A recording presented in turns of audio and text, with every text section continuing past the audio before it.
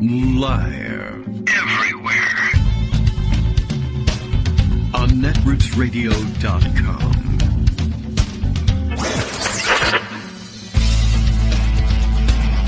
David Waldman. Kagro. In the mornings. Now, here's David Waldman. Hey, good morning, everybody. How you doing? It is Monday, October 25th, 2021. Getting close to Halloween. What are we in? The last week of, the last week of October. Right, yeah, it'll be November when we come back next Monday. So that's it for the show, everybody. Bye. We're going to skip the whole week. Let's just scroll forward and get past. Let's just try to get through Halloween, shall we? And, I don't know, I guess, not quite the end of the pumpkin spice season, right? I think they keep that going through Thanksgiving. Boy, am I thankful. All right. Well, anyway, it is Monday, and we missed having Greg with us on Thursday, so it's quite a long weekend to catch up with stories. And the weekend was the same length. It's just Greg took more of it. But okay, it wasn't all fun and games, and we're used to having him gone during the Friday, Saturday, Sunday break. But all right, just a little extra news, a little extra reporting on the insurrection, things like that. That we'll have to catch up on. I don't know how much. Should we read it? Every time I read one of these articles, I keep thinking, like, I'm glad this is all out there and being laid out for people who haven't been watching this. But I mean, I always feel like, of course they were doing this. But, you know, you have to prove your case. Not that it matters, because so far, still up in the air about whether anybody's going to be prosecuted for anything. I feel like I'm stuck in the same feedback loop here. But fingers crossed that something fun and exciting will happen on that front pretty soon. Speaking of fun and exciting things that have been happening on the home front, I don't know, the office front, as a matter of fact, the home office front, we had a couple of new Patreon donors drop in on us, and I wondered, now I'm looking back and I think, did we get to these other folks who, and I think we were mostly up to date, and I might have missed one from back in July, and I'm not certain whether I personally thanked Jonathan Vankin for coming on board as a Patreon sponsor, but if I didn't, I'd like to make up for that now. If I did, thanks again. How about that? That was way back in July. But two very recent additions. Cindy Heap, I hope I've got the pronunciation of these names correct, has joined us on Patreon, and I thank you also very much. Also, our good friend Liberal Thinking, Rich, who occasionally contributes his pre-recorded segments and is always writing on topics of interest, and he's got a new one up that I missed the other day because I got a link to it, but it was before it went live, so maybe we can check in on that. But Rich also joining the ranks of those supporting us on Patreon. We're doing okay on that. It's been about a year since our separation from the Daily Kos mothership. In case you were wondering how we're doing on balance, we're, I guess, almost back. Well, we're still a little short. We're at about 3/4 of what we had in terms of annual or monthly support between the Daily Kos stipend and what we were bringing in on Patreon and PayPal and other places. So, not terrible, but it would be nice to bring it back to where it was in previous years. And so anyway, still cheerleading for that. I got a lot of fundraising to do these days. Between this and the temple thing, I woke up this morning and realized, I'm still president of that thing. So, okay. I have, it's a lot more fun when you don't remember, oh my gosh, we have to raise like $1 bazillion in order to pay for all of these things that we have going on. But then I figure, all right, well, I can distract myself with a few hours of fun work on the radio. And then I realize, oh gosh, we have to raise money to pay for that too. Anyway, we can put that aside because there's bigger news out there, bigger fish to fry. Some of them are orange fish, and they probably should fry sooner rather than later, just so, you don't want the stuff to get old in the kitchen, is all I'm saying here. Anyway, like I said, lots of interesting reporting over the weekend on, I guess, the investigation into the insurrection. The committee's still working, still, I guess, urging the Department of Justice to take their referral seriously, but it's been the weekend, so nothing would have happened over the weekend there. But amazing reporting from several different outlets. Washington Post reporting on activity ahead of January 6th in the Willard Hotel, where I guess they set up something of a command center for this operation. Interesting, too, that it didn't take place at the Trump Hotel. Which I think is a story all by itself, that I guess when they actually want a nice place to stay, they go to the Willard. And I'm not really sure how how that squares with Trump. He probably would have wanted to get some of this money out of it. Apparently, the campaign paid some $50,000-$60,000 worth of hotel bills to have the likes of Rudy Giuliani, Bernie Kerik, and John Eastman, among others, holed up in the Willard Hotel. But their reporting definitely worth talking about. Then late in the weekend, Rolling Stone came out with their reporting on it, and I haven't been through this one, except I've seen the excerpts people are talking about, and they seem to be, well, I think the quotes that they're latching onto are those that appear to illustrate that people inside the White House, and I guess that would reach up to the president given what's at stake here, promising people essentially, oh yeah, you'll all be taken care of with pardons. Now let's get down to the rioting. So that seems like, kind of troublesome, and the sort of thing that most people probably imagined there would be legal trouble for. You would get in trouble if you planned and executed such a thing. But here in America, we're exceptional people, and American exceptionalism means that, in other places, in other countries, in other times, or other countries in these times, when you plan and attempt to execute an insurrection and lose, there are stakes involved, I guess, in other countries. Here in this country, it's just entrepreneurialism, I guess. You get to take a couple shots, and if you miss, we're generous like baseball. 3 strikes. We'll see how it goes. And no one ever seems to get punished for these things. But hey, it's early in the game. We'll wait and see. Let's see. Other fun and interesting developments for over the weekend that we might take a look at. Well, Greg's been busy gathering them up.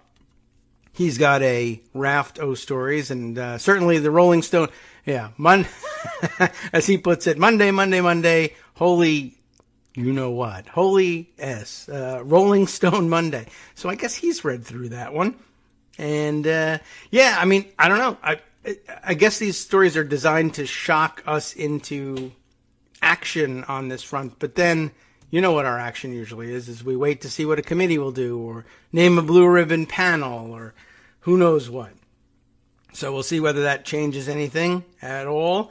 Further developments, let's see. I don't know. Not too much new on the Loudoun County School Board front, thankfully, although that now becomes a national story.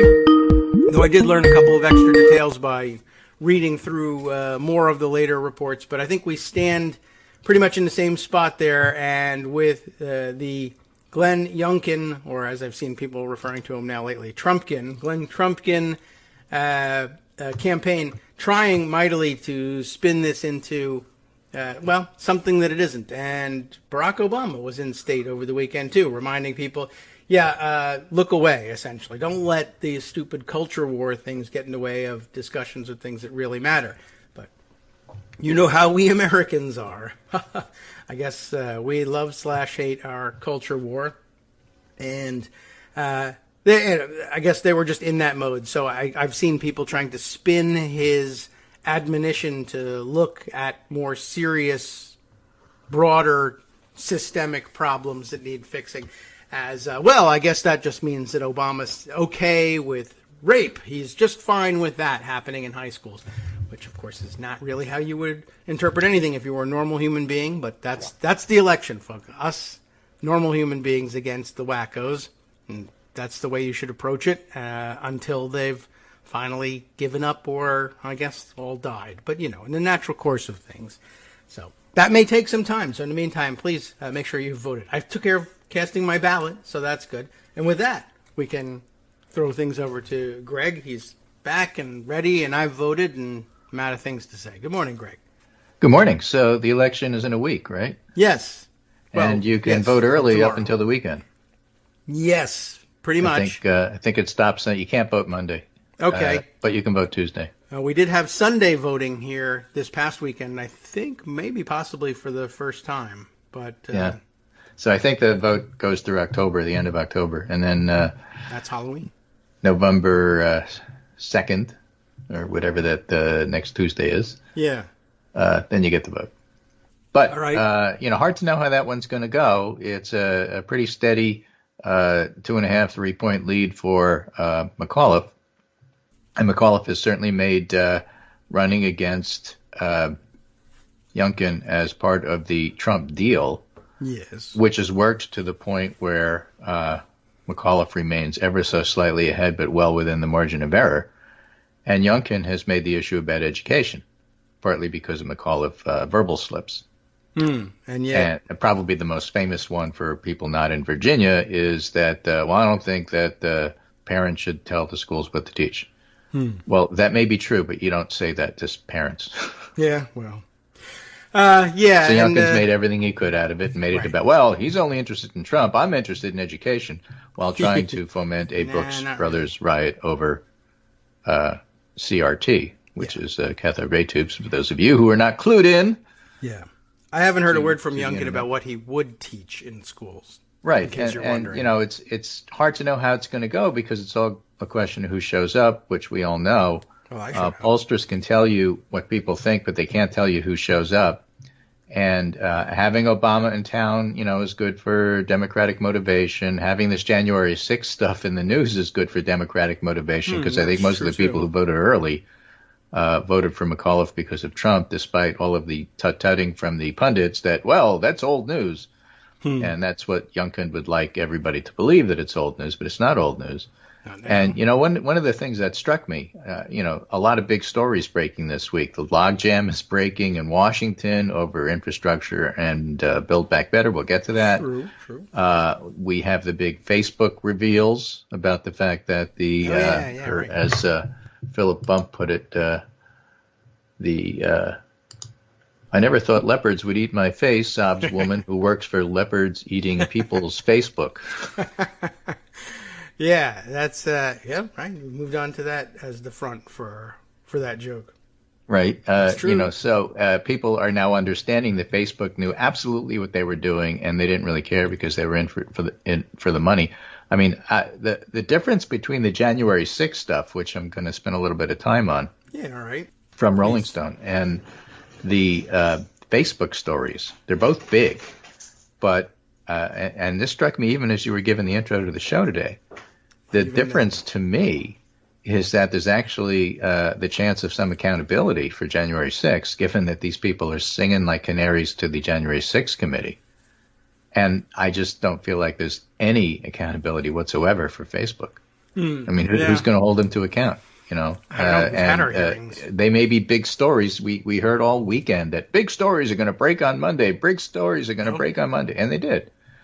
And they're basically, here's one from Bloomberg. I mean, they're all over. Facebook hobbled team tasked with stemming harmful content. A trove of internal documents shows the company's integrity team was fighting a losing battle. What a name! The integrity team. Have one to lose, yeah. Right. Detailed reports show the social media giants' algorithms were geared toward keeping people on the platform where their valuable attention is monetized by showing them ads. As early as 2019, employees working on integrity measures realized their tools were no match for a system designed to promote content likely to keep people scrolling, liking, commenting, sharing. And this internal battle played out across the news feed, Facebook's personalized homepage fed by the company's machine learning algorithms. While Facebook publicly touted its investments in technology and engineers to keep harmful content off the platform, the company recognized internally these efforts failed often, and proposals by employees to fix the problem were often stymied or even overruled. Well, that must have been Joe frustrating Osborne, a Facebook spokesman, said it's not accurate to suggest that Facebook encourages bad content. That's probably true. They just encourage content that'll make them money. If the content happens to be bad, that's not the issue. And really, that's the whole point. Well, yeah. Certainly the whole point was making money. Since it's been the whole point, and that's why I've been off of Facebook for years and years, it didn't hit me in the gut the way the Rolling Stone piece did. Because, okay, fine, we know that. What are you going to do about it? Yeah. Me? Anyway, but that's Yeah, that's why people goes keep quiet. referring to Facebook stories. What are the Facebook stories? Thousands of documents showing that everything that you thought you knew about Facebook was absolutely correct. Oh, okay. At least I'm Okay, correct. so what's with Rolling Stone? Everything you thought personally, Yes. David Waldman, Kagro in the morning, Oh, yeah, me, right? about Marjorie Trader Green turns out to be true. Yeah, right. Oh, she's had a bad PR weekend. I mean, she doesn't care, but she was in Connecticut in the last couple of days. Did you know that? Yeah, unfortunately. Yeah. It didn't get a lot of play because nobody really cared, but she was here. Yeah. Exclusive, January 6 protest organizers say they participated in dozens of planning meetings with members of Congress and White House staff. This piece in Rolling Stone is by Hunter Walker. That's important because Rolling Stone doesn't have a great reputation, but Hunter Walker is a very solid reporter who I've followed for years. Okay. Two sources are communicating with House investigators and detailed a stunning series of allegations to Rolling Stone, including a promise of a blanket pardon from the Oval Office. And the reason that's important is it came from Mark Meadows, who was chief of staff at the time, who has some, influence in the and access, shall we say, right, to the Oval Office. Right. He did have that. I mean, I don't know that Trump really valued For those him, of you who can't read it because it's behind a paywall, is it? Heather Cox Richardson did a summary, which I sent you, which is not behind a paywall. She said, I had planned to post a picture tonight, but this evening Rolling Stone dropped an exclusive blockbuster story from reporter Hunter Walker that demands attention. Right. The story says that two sources who were talking to the January 6th committee, and that's the key thing. They're talking to the January 6th committee. The January 6th committee is getting this testimony. And it's interesting that they haven't played that up very much. All the attention Heather Cox Richardson is a very good writer, leads with it. Good idea. Because that's what's important, and that's why it hit me a lot harder than the Facebook allegations, revelations, whatever you want to call it, because, there's no January 6th committee for Facebook. Right. But they talked to them about planning the rallies. That's where the Willard Hotel came in, although it's not necessarily in this piece. I've talked to Rolling Stone as well. They say they worked with congressional lawmakers and White House officials to plan rallies both in D.C. and around the country. They deny they intended to storm the Capitol. They imply they got used, which points to the sources being from within Women for America First, the organization that sponsored a bus tour and rallies around the country. Right. And in fact, Nancy Levine speculates, who is a freelance journalist, speculates on Twitter, while we can't know if the anonymous source for Rolling Stone is Amy Kramer, she is chair of Women for America First, permit holder for January 6th rally. Kramer would have had firsthand knowledge of meetings with Trump's White House and GOP accomplices. And legal liability looms for organizations behind the rally because of tax-exempt claims. Okay. I mean, but, it's well within the mindset of MAGA people to set off an insurrection and then claim tax exemption for it. That's true. And, of course, once if they get called on it and the IRS does something about it, they pull out the Lois Lerner playbook. Right. But back to the Rolling Stone piece. Right. Two of the people have spoken to Rolling Stone extensively and detailed explosive allegations that multiple members of Congress were intimately involved in planning both Trump's efforts to overturn his election loss and the January 6 events that turned violent. They separately confirmed a third person who's communicated with the committee. This is the first report that the committee is hearing major new allegations from potential cooperating witnesses. Again, that's why this story is so big. It isn't that somebody said this. The story is that the January 6th committee is getting cooperative witnesses to tell them that this is what happened, and they are naming names. Yes, and that some of them are people who wanted to be on the committee. They haven't named anybody who I know wants to be on the committee. Oh, okay. I mean, Jim Banks wasn't named. We can't tell who wanted to be on the committee. No, he wasn't named. Jim Jordan got Jordan himself in trouble named. over Those the weekend, are the two too. people I know who wanted to be on the committee and weren't allowed. Okay. Well, I think there are a few more, but we'll see. Rolling Stone separately confirmed a third person. This is the first report. While there have been prior indications that members of Congress were involved, this is also the first account detailing their purported role and scope. The two sources also claim they interacted with members of Trump's team, including Mark Meadows, who was former White House chief of staff, or as they say in Washington, COS. Yes, right. Not POS. Not right. to be confused with TOS, which is either TOS. terms of service or the original series, depending upon where your mindset is. Okay. Who they describe as having had an opportunity to prevent the violence. The two sources, both of whom have been granted anonymity due to the ongoing investigation, describe participating in dozens of planning briefings ahead of the day. I remember Marjorie Taylor Greene, specifically, the organizer says. For the sake of clarity, we'll refer to one of the sources as an organizer, the other as a planner. I remember talking to probably close to a dozen other members at one point or another of their staff, said the organizer. Some of those guys had to have wanted to be along with Green, the conspiratorial pro-Trump Republican from Georgia who took office earlier this year, the pair say the members who participated in these conversations or had top staffers there included Paul Gosar, Arizona, Lauren Boebert, Colorado, Mo Brooks, Alabama, Madison Cawthorn, North Carolina, Andy Biggs, Arizona, and Louis Gohmert, Texas. Yeah. It is interesting. I mean, Marjorie Taylor Greene and Lauren Boebert, really honestly, those two should have been wandering the halls lost. I'm amazed that they found their way to White House planning sessions, 3 days after they were sworn in. It's amazed, that place. Yeah, but they should have been wandering around lost. But apparently they were giving tours to other people, which is actually one of the reasons I actually discounted early stories of them being involved in the tours. Like, they wouldn't know anything. But apparently they've been in on it. A lot of planning at that stage, so that's kind of odd. Yeah, basically civilians shouldn't have known about the tunnels. But a lot of the people in military gear were heading to the tunnels, or at least referring to the tunnels, and how did they know about the tunnels, et cetera, et cetera. So all of that's going to be looked at, I think, at the January 6th committee. We would talk to Boebert's team, Cawthorn's team, Gosar's team, like back to back to back to back to back, said the organizer. Yuck.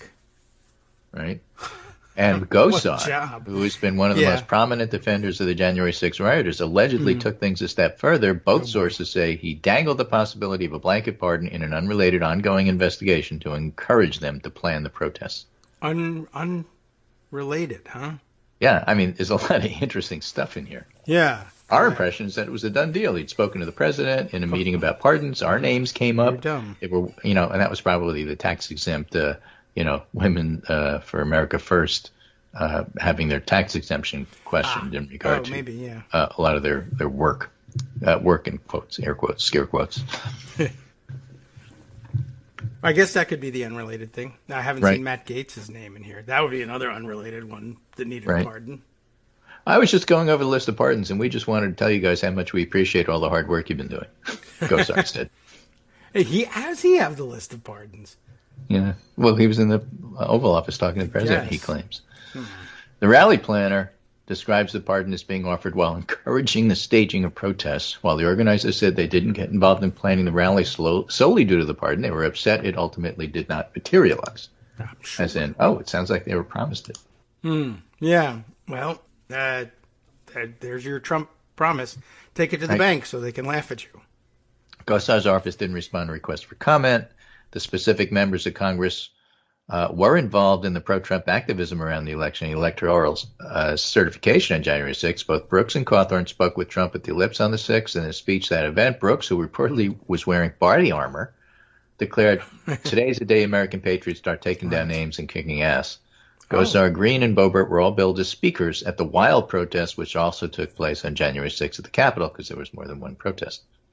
Okay.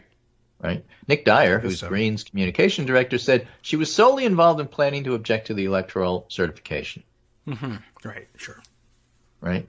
Spokespeople for the other members of Congress didn't respond.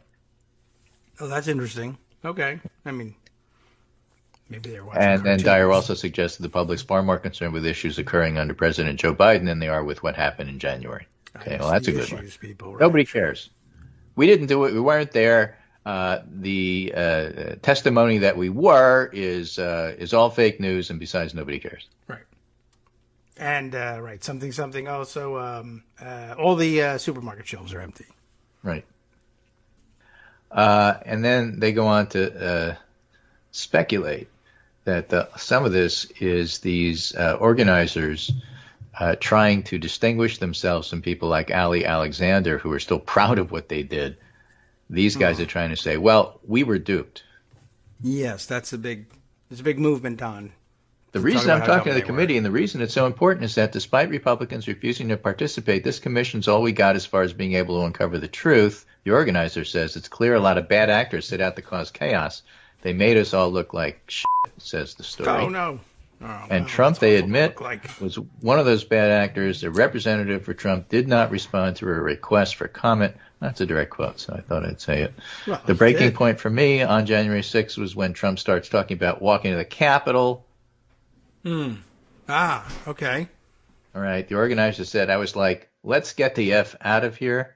I do kind of feel abandoned by Trump. I'm pissed at him. And the organizer offers an even more succinct assessment when asked what they would say to Trump. I'd say, what the F? Okay. That would be a... Two potential witnesses plan to present to the committee allegations about how these demonstrations were funded and to detail communications between organizers and the White House. That seems important. Yeah, all important. You got to know about the funding, but that's like the boring part. And then Meadows was 100% made aware of what was going on.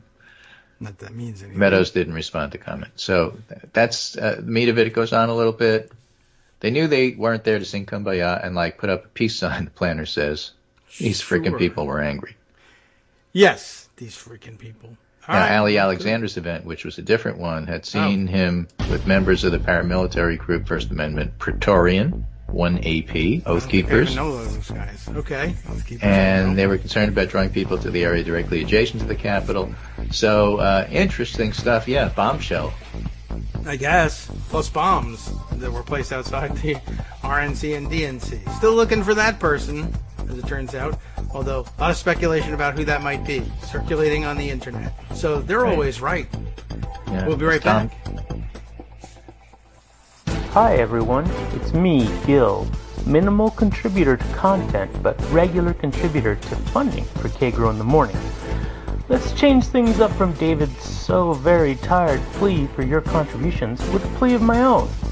If you want to add your voice to the show, do it. Record your own segment using your favorite recording device and send it to David. Read an article and give your opinion. Write your own essay and read that. The sky's the limit. Well, not really. Try to keep it relatively short so David doesn't have to stress about cutting it and hurting your feelings. Join the hallowed ranks of Greg Dworkin and Joan McCarter and be part of this somewhat witty deep dive into political topics with unnecessary censoring. Lend your voice to the show by sending it to kagrox@gmail.com. KAGROX@gmail.com.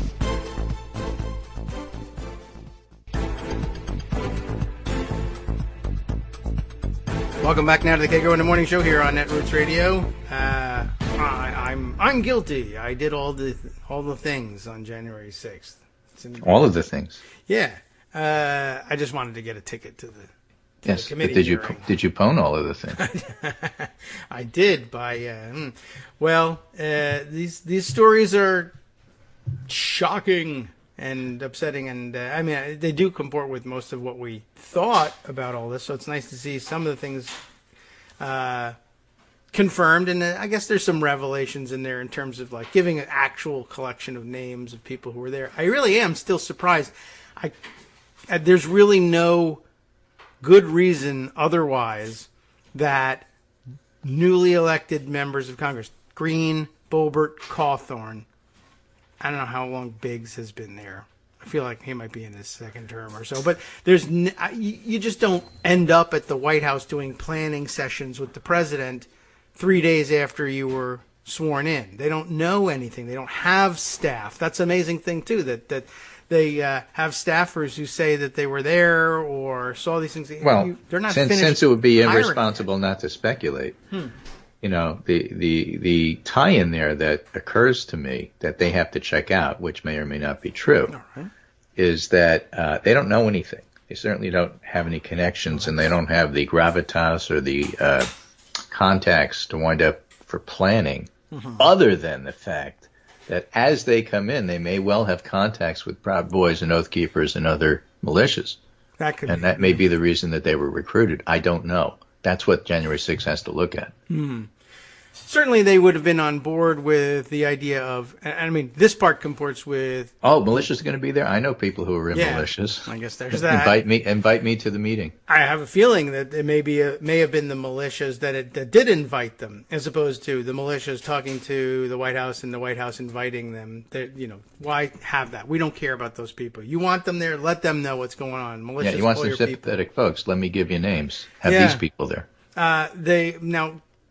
People like, Marjorie Trader Greene and Lauren Boebert, I guess Madison Cawthorn, too. The only way that they would have had any idea what was going on ordinarily would be, I guess, because so much of the stuff was being planned in wacko Facebook land.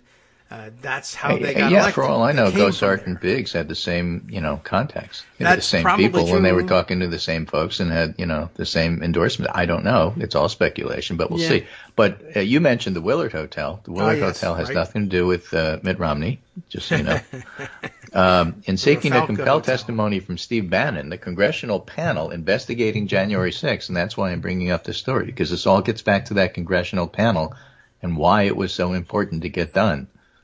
Thank you, Nancy Pelosi, and why it was so important to keep people like Jim Jordan and Jim Banks off of it. Yes. Congressional panel investigating January 6th this week cited his reported presence at the war room organized at the Willard Hotel, which is a very posh hotel, very close walking distance to the White House. Yeah. The House voted Thursday to hold Bannon in contempt of Congress after he refused to comply with the committee's subpoena. Right. The committees also requested documents and communications related to John Eastman's legal advice and analysis. Eastman told the Post on Wednesday he'd not been in contact by the House Select Committee. Asked about his involvement in the Trump team's operation at the Willard, he said, to the extent I was there, those were attorney discussions. Okay. Well, he was there. Oh, well, that means he was there. Right. He just thinks that the discussions are privileged. I love that lawyer talk. To the extent I was there. Yeah. Were you there or were you not there? Well, to the extent I was there. Oh, that means you were there. Well, to the extent I was there. Well, what are you talking about? Like, speak English. If I was there. If I did it. If I were there. John Eastman. Right. It was only because, Only because in May, Eastman indicated he was at the hotel with Giuliani on the morning of January 6th. We had a war room at the Willard kind of coordinating all the communications. He told talk show host Peter Boyle's comments first recorded in the newsletter Proof. Oh. Giuliani's lawyer did not respond to the request. So we know that Eastman was there. We know that it had to do with stuff related to January 6th, and the January 6th committee is looking into some of these relations. So that to me is the Willard story there. Yeah. Simply that it's yet another thing the January 6th committee is actively looking at. And the fact that they're actively looking at it, again, the thing that about Washington that, longtime observers and short-time participants know is that things seem to like nothing happens, and then all of a sudden things happen. Well, my gosh, that was fast. Yes. Well, no, it wasn't actually. It really took a very long time to get to that. But, we're looking today, for example, reports that Nancy Pelosi is looking to have a vote on the bilateral infrastructure bill, the BIB, which came from the BIF, which was a BFD. Right. And so that's supposed to be Wednesday or Thursday. And what will follow is an announcement of a framework. Oh, another one. That's the F. That's the F in BIF. What's the F? That's a framework.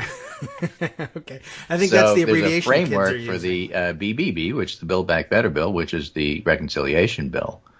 And so things may, in fact, happen by the end of this week in time for Biden to go overseas and say, okay, we're doing stuff.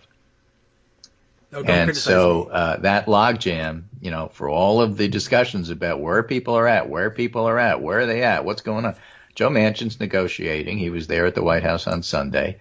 And it sounds like they're going to nail down some, specifics by the end of the week. And interestingly, there's a very, I thought, interesting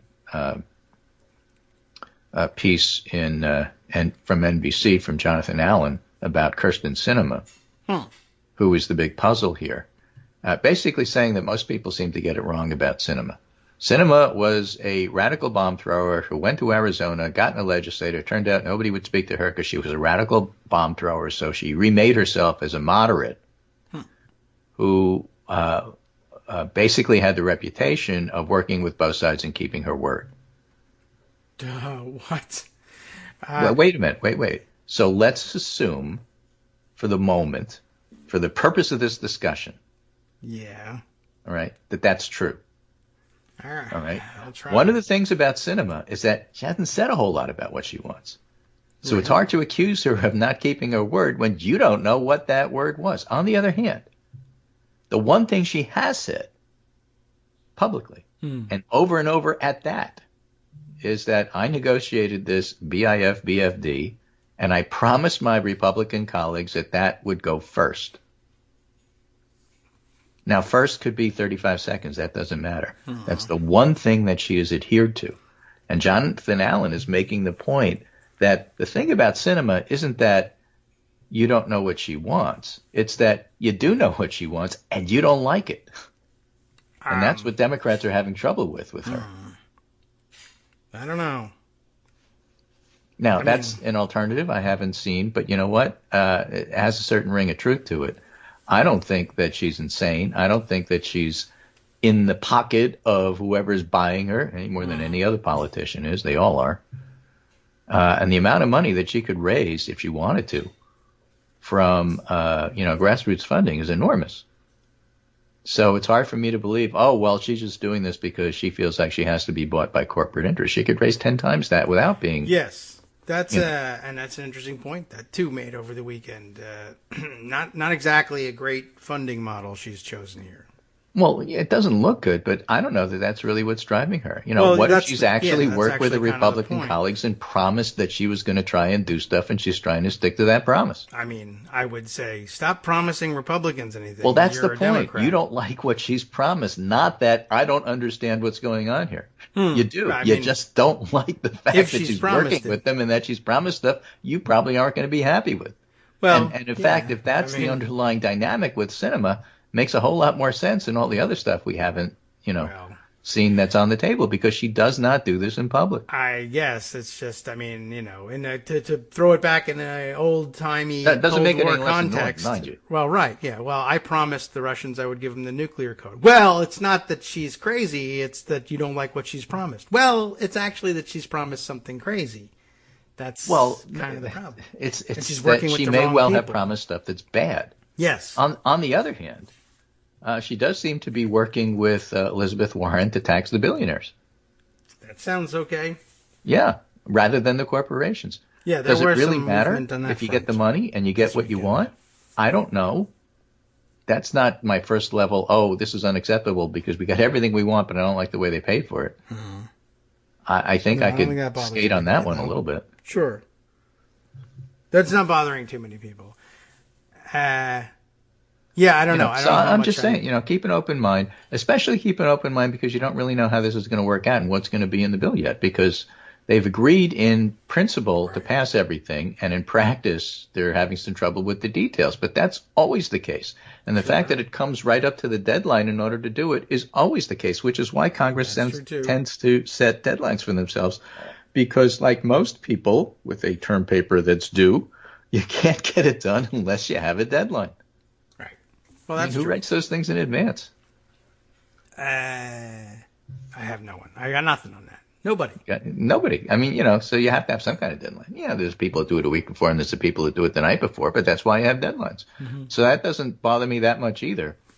And that's why I tend to stay away from the hysterical trade press about, oh, this person said that on Sunday and they look like they had a half smile, which was on the other side of their face compared to the other day I reported on their half smile. And so that means, I don't really care this moment-to-moment stuff. As we get closer to Wednesday or Thursday, I want to see what's in the bill. And as a matter of fact, it turns out people are starting to publish stuff like that. Yeah. Washington Post had one, which I put up over the weekend. Forget about all the optics and the this or that. It's time for you. Somebody actually said this morning, it's time for you to eat your vegetables. Here's what's actually in the bill. Okay.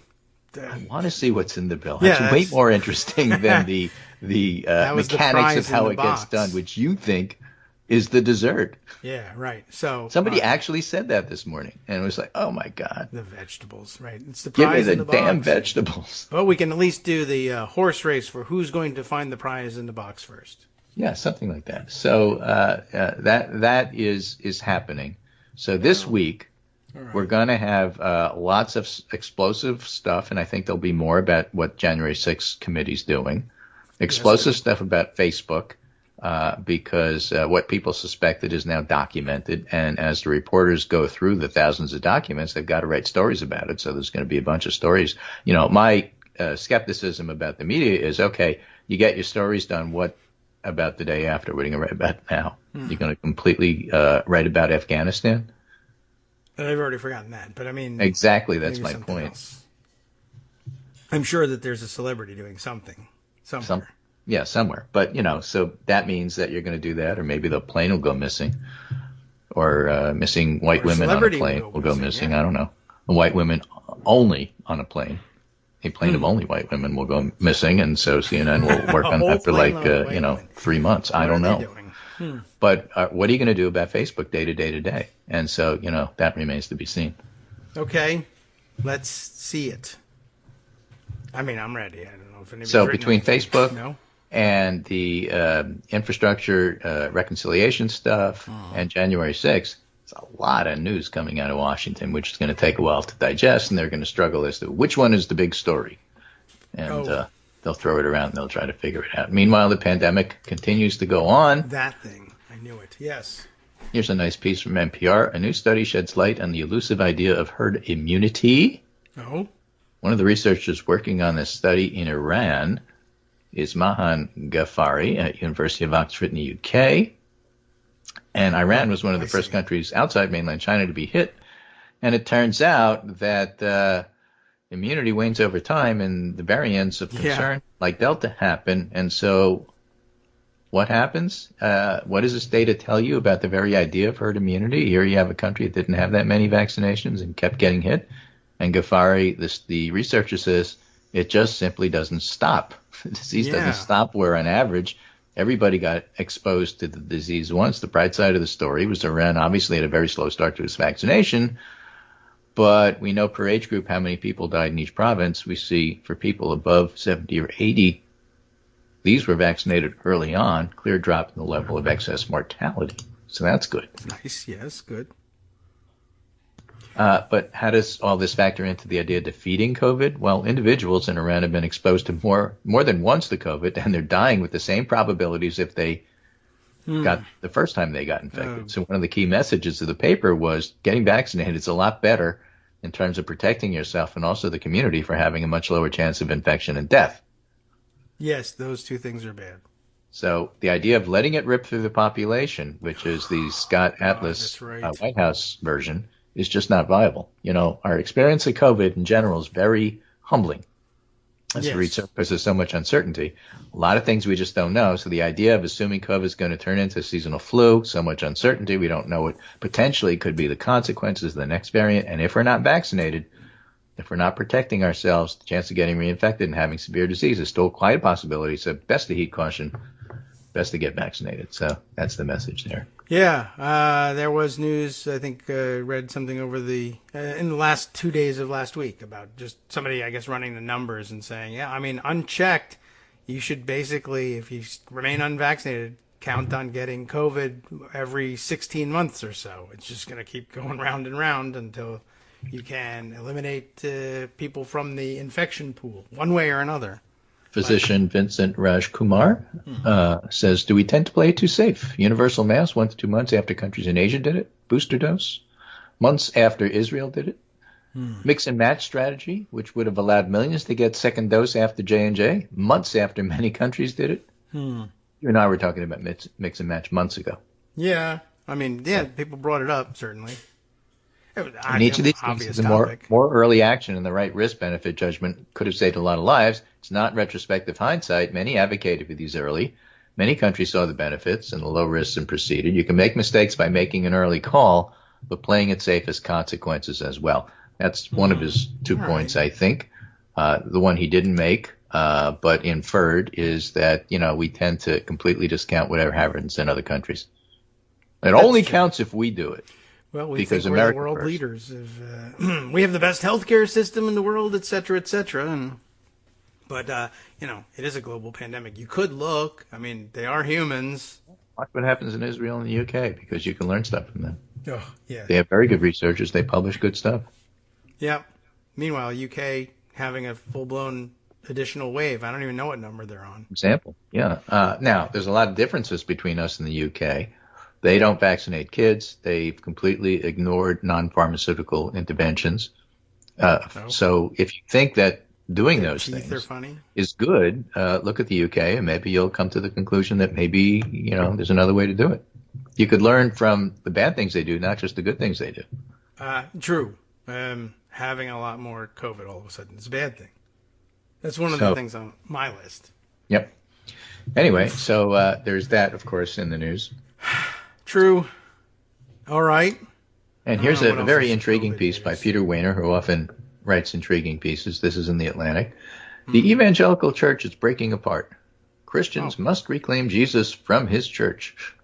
That's going to get awkward. All well, right. That's sort of on the meta scale, but let's bring it back to, I don't know, Northern Virginia, and make it a little more relevant. What have we done? Think school boards. Oh, yes, right. Yeah, okay, I'm on that one. Not on the school board, myself. The election of the elders of an evangelical church is usually an uncontroversial, even unifying event, but this summer, at an influential megachurch in Northern Virginia, something went badly wrong. Weird. A trio of elders didn't receive the 75% of the vote, the threshold necessary to be installed. A small group of people inside and outside the church coordinated a divisive effort to use disinformation in order to persuade others to vote these men down as part of a broader effort to take control of the church. David Platt, 43-year-old minister at McLean Bible Church and a best-selling author, charged in July 4th sermon. Okay, I know the place. Yeah, I'm telling you, I'm bringing it back. All politics is local. Platt said church members had been misled, having been told, among other things, that the three individuals nominated to be elders would advocate selling the church to Muslims. That seems unlikely. Who would convert it into a mosque. In a second vote on July 18th, all three nominees cleared the threshold, but that hardly resolved the conflict. Members of the church filed a lawsuit claiming the conduct of the election violated the church's constitution. Oh, yeah. I mean, why not, right? I guess. Right. Platt, who is theologically conservative, had been accused in the months before the vote by a small but zealous group within this church of wokeness and being left of center, pushing social justice and attempting to purge conservative members. Wow, that's so far from my impression of that place. Right. A Facebook page and right-wing website have targeted Platt and his leadership. For his part, Platt, speaking to his congregation, described an email that was circulated claiming MBC is no longer McLean Bible Church. It's now Melanin Bible Church. Holy smokes. What? Wow. I'm just telling you. Oh my so God. when you read about, oh my gosh, these angry people are showing up at, well, thank you, Facebook. Facebook has done a lot more than just January 6th. Ruining churches. I mean, me, but. Among other things. So it's the root of the discord, writes Wehner, lies in the fact that many Christians have embraced the worst aspects of our culture and politics. I guess so. When the Christian faith is politicized, churches become repositories not of grace but of grievance, places where tribal identities are reinforced, where fears are nurtured, and where aggression and nastiness are sacralized. The result is not only wounding the nation, it's having devastating impact on the Christian faith. You know what? You can strike all this out and put public health in here. Vaccines. Okay. The root of the discord lies in the fact that many public health agencies have embraced the worst aspects of our culture and our politics. Look at Florida and the Surgeon General there saying, I don't even know if vaccines work. When the Christian faith, when the public health people are politicized and public health becomes repositories not of grace but of grievance, places where tribal identities are reinforced, where fears are nurtured, and where aggression and nastiness are sacralized, the result is not only wounding the nation, it's having a devastating impact on public health. I mean, same thing. Yeah. Man. I got to tell you. Just trying to make you more sympathetic to the concept here. Yeah. See how we did that? We bit. brought it home and we related it to public health. Two things that you Right. care about. You don't care about evangelical Christianity, but you know what? It's the same damn story. Yeah. I wonder if I can open that up. I don't know how many Atlantic articles have I read this month. We'll find out. I don't know. And what day is it? I'll have to Oh, wait it's till the the 25th. So Yeah, we're I mean, it gonna could find be out. done. I can't read this until November, but it sounds exciting. Yeah. That is interesting. McLean Bible Church is, it's a big deal around here. And, I mean, the funny thing is that they're like, all of this stuff has now caught on there, this meanness and tribalism. And it's like, well, that was kind of the hallmark of the McLean Bible Church before. It's just that it was these guys' tribalism, and they're now being forced out for somebody else's more extreme tribalism. Pretty much. But, I mean, it's the evangelical church of choice for white Republican Washington, D.C. power brokers who live in the Northern Virginia suburbs. People drive from all over to get to this thing and to see and be seen there. So it's a place, very prominent members of the Republican establishment are there. Well, for anybody who remembers over the summer when we were covering the Southern Baptist elections. Yes. What were we saying about that? Where conservatives are Sounded like trying, they went well. there was an insurrection and ultra-conservatives were trying to push out the conservatives, ultimately failed. Ah, yes, right. I don't know if you remember that, but this is the same thing. This is, I guess so. It's just an interesting thing. That pastor Yeah, there. well, this has nothing to do with me. School boards.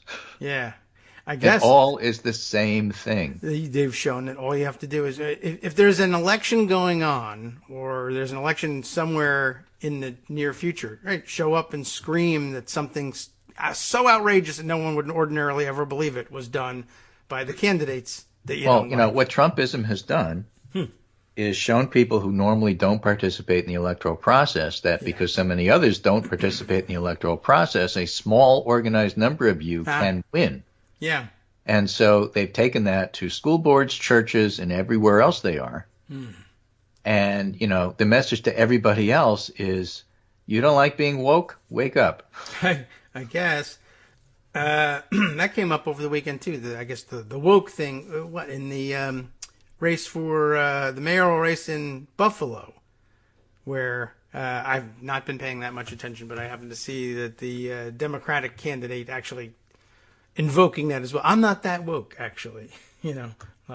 I'm not certain what sort of play it was she was making, but just happened to see that come into the dialogue. I guess maybe I could turn our attention there at some point. Well, I have to go back and look at that. I think it's something along the lines of, it turns out that the candidate who won the primary is more leftist than the more conservative Democrat who is in office. I believe that to be the case. And so the question's going to be, well, who actually is going to be the mayor in the end? And I think what happened is Chuck Schumer went and he endorsed the person who won the primary rather than the person who's the incumbent. Right. Well, that meant he endorsed the more leftist. Right. And I guess if my memory is correct, I wasn't paying that close attention either. And if that's the case, what does all that mean? And the answer is probably nothing because it's a local story. But, don't worry. Somebody will make of it that this is what's going to happen in 2022 because didn't follow this thing that I'm following that has nothing to do with anything, but I'm going to tell you it is because you won't know because you're not following it. Right. Buy my book about the new soccer moms. Something like that. Okay. By the way, which reminds me, in the Pundit Roundup today, I had a nice different story, which you probably can't read because of all the paywalls that happen these days. And, this one was by somebody who I actually like to follow just because he's like close to my age. And his name is Walter Shapiro, and he's been writing about politics for a very, very, very, very long time. That's how he got to be your age. Which is how he got to be my age, exactly. Okay. And, his story is basically this in the New Republic. Pundits have a terrible track record of predicting midterms a year in advance. Yeah. Basically, his thesis is they're right about 50% of the time, so it's okay to ignore them. So really random. So it's just as random Flipping a as coin would anything do else. just as well. Too often the political narrative in October of outnumbered years overreacts to ephemeral events and wrongly portrays them as pivotal turning points. See Buffalo election. The problem with many of these prior electoral assessments was that the analysts failed to imagine the political terrain changing. Okay. Well, Trump's on his way to re-election because look how popular he is on Facebook. Well, we didn't see the pandemic coming. Well, the pandemic is here. That's obviously going to have no impact at all in the election. Well, we didn't see what it was going to be, so we didn't factor it in. I don't know that. I guess somebody must have said that. There's a lot of pundits out there. So okay. There are, and they all know exactly what's going to happen, and they're never wrong, and they don't go back and say, "Okay, I got that wrong." Maybe we need a better a professional definition of pundit so they can narrow down the number of people. Well, a pundit's somebody who's paid for being wrong. I guess. Well, that's what makes give you them the stats you need. Yeah. You and I are amateurs. We don't get paid for being wrong. Right. Because we don't get paid. Doesn't mean we're right, just not getting paid. And we're just not professionals. Do not try this at home. Fair enough. All right. Wow. Well, that's a lot to wrap our heads around. I don't think we're going to make it. That'd be my job. Okay. Giving you stuff to wrap your head around so you have something to muse over the 1 minute break before you pull yourself together and do a whole second hour of the show. I know. I should give myself at least 2 minutes there. Well, I'm giving you a 1 minute warning for your 2 minute exercise. Okay, true, right. Here comes the alarm. There it is. All right, so about 30 seconds until the music distracts me. But thank you for collecting all these stories. And you weren't anywhere near where Marjorie Taylor Greene was when she was in Connecticut, were you? Or were you? I don't think so. She wasn't at my house. Yeah, right. So that's close enough. After that, I didn't even hear she was here until she was gone, which was a good thing. I mean, it wasn't a big deal. It wasn't covered on the news or anything like that. No, it didn't seem like it. I mean, we had to be reminded that that's where she was in order to, that was an interesting thing. She was giving a speech, and it was, the typical crazy stuff. In fact, her claim was that while some 85% of Republicans want to see Joe Biden impeached, did you know that up to 40% of Democrats want to see Biden impeached? No, I didn't know that because it's not true. But big cheers from the crowd, and people were pointing out, yeah, that crowd is in Connecticut. So I guess there's weirdos everywhere. Hope they don't live near you. Thanks, Greg. I'll check in with you on Wednesday.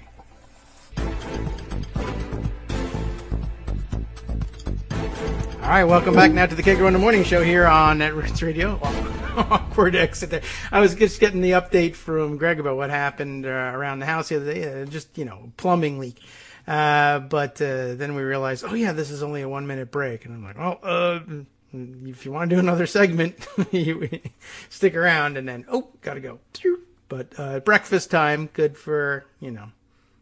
Thanks very much, Greg. Appreciate it. That took us all the way through the break as well. So lots to catch up on. I don't know. My temptation to read a couple of these stories we were just talking about, but I think I'll move on to some of the other things I put away in pocket. The one thing I mentioned in reaction to Greg's dissection of the Kyrsten Sinema story, I have this. What do they call this thing? The newsletter. The Substack newsletter here from Ryan Grimm, which was circulated over the weekend, and I didn't get to look through all the way, but it looked kind of, actually, I think I may have skimmed all the way through to the end, finally, in the end. But happened to see a couple people passing it around and saying, this is a good point. I don't know what it explains, but it's an interesting point. When we were talking about Kyrsten Sinema and her fundraising and like the idea, I know Greg said something that probably drove some of you who are Kyrsten Sinema haters crazy. The idea, well, I don't necessarily believe she's, in anybody's pocket any more than anybody else is. I will say, I just don't get the sense that she's really and truly driven. And I mean, all evidence is that she's very pro-business, to be sure. I don't get the sense that she's, certainly not openly and proudly bought and paid for whatever by any particular special interest. I just think that she might be thinking that that's worth money in terms of raising, and raising money for her reelection might be very important to her. But at the same time, there's an article offered, as I said, a newsletter thing offered up by Ryan Grimm. And, if you know Ryan Grimm and where he's coming from, you would think that the motivation would be, well, I don't know. I'm not certain. But you would think that Ryan's the kind of person who would ordinarily, in the first instance, think that about Kyrsten Sinema. And it may be that he does, and he's trying to illustrate that you could do much better fundraising-wise by turning away from that model. And it's kind of an aged model at this point. And it's a good point. He makes a good point in all of this piece. But it does raise, I guess now in light of what Greg was reading us about Sinema, it does at least raise the opportunity to wonder, well, if this is information that's available to Ryan Grimm, surely it's information that's available to Kyrsten Sinema. Could it be the case that she's not actually doing what she's doing with the belief that it will raise her the most amount of money?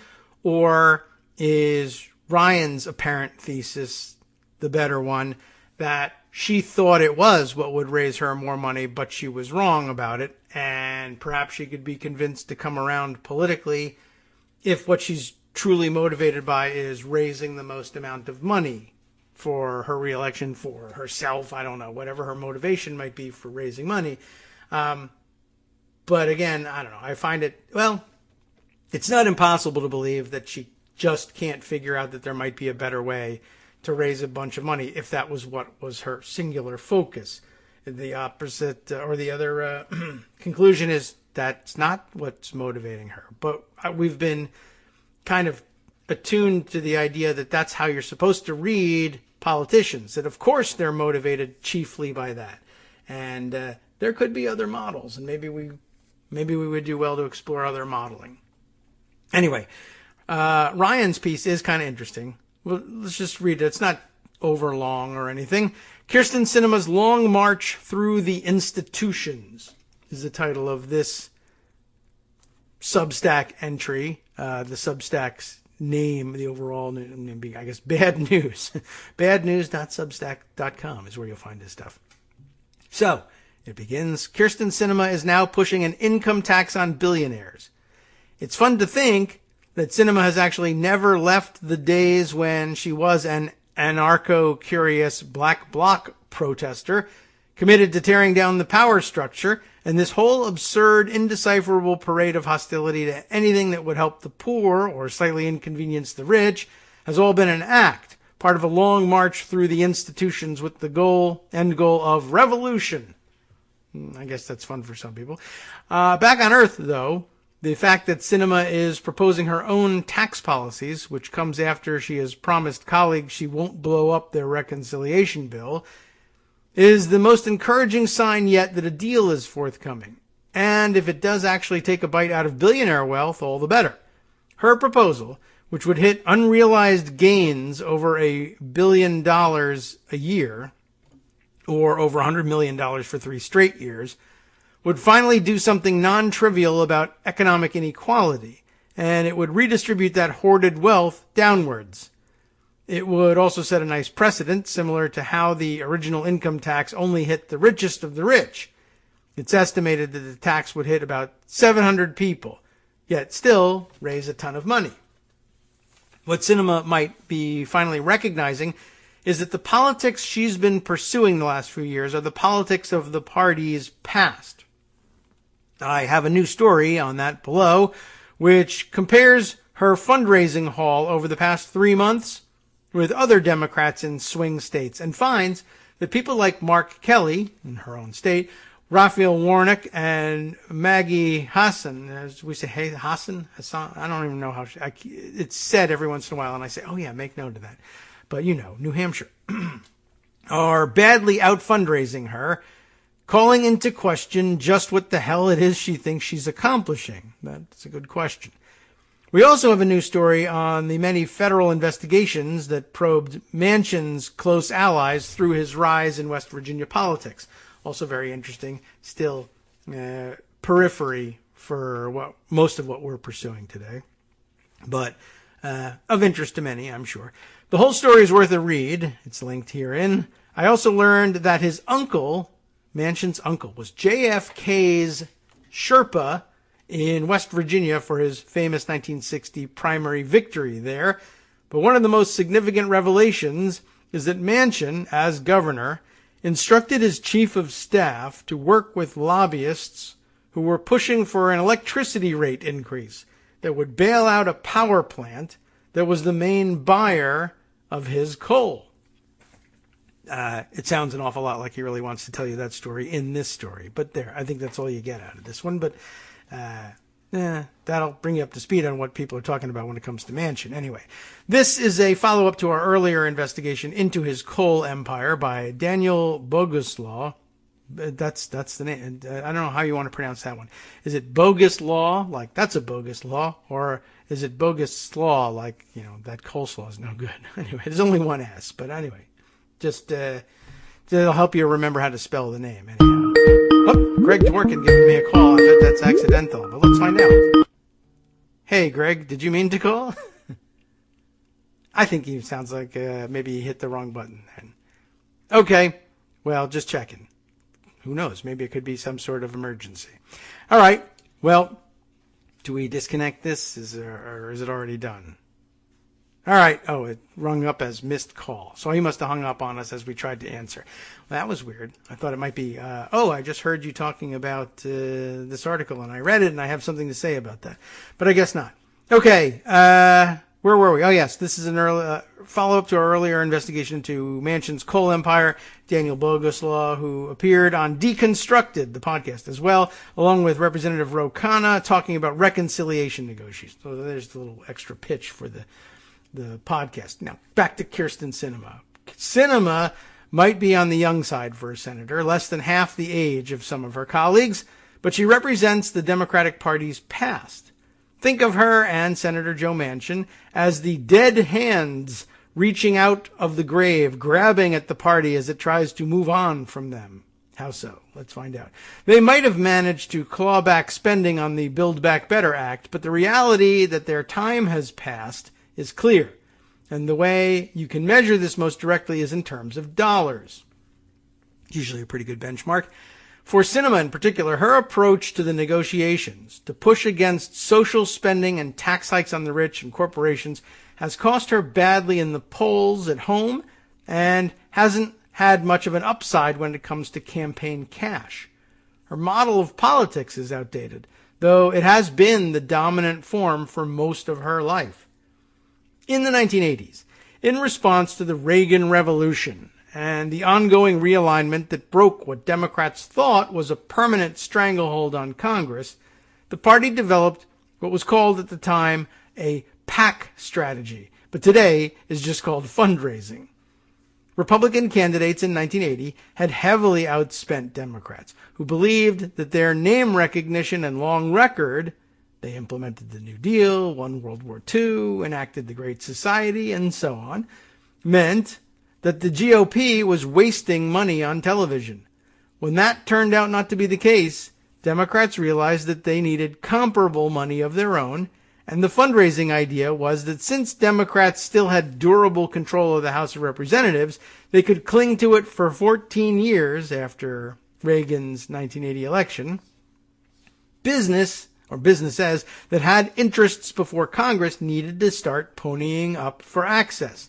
You get that? I think I put a little bit of a strange emphasis on it. It's a little bit of a weird phrase, the way he sets it apart. But the idea being Democrats had, well, by 1980, they had been in control of Congress, the House of Representatives, for like 30-something years in a row. And, had done all of the things that were mentioned before. But, okay. So when the Republicans had these tremendous gains by spending all the money heavily on television advertising and somehow convincing people that the record of having won the World War II, passed the New Deal, enacting the Great Society, et cetera, wasn't so great after all, and now it was morning in America, whatever that was supposed to mean, they realized they needed money of their own, and it says they realized they needed comparable money of their own, and the fundraising idea was that since Democrats had durable control of the House of Representatives, and how durable was it? Like I said, they had held on for 30 years, and that even in the face of this Reagan Revolution of 1980, it would be another 14 years before the Republicans gained their first majority in the House of Representatives since the 1950s. So their idea was, okay, we should start getting some corporate dollars. We need to say, look, we still control the House of Representatives. We still control the direction of legislation, generally speaking, in this country.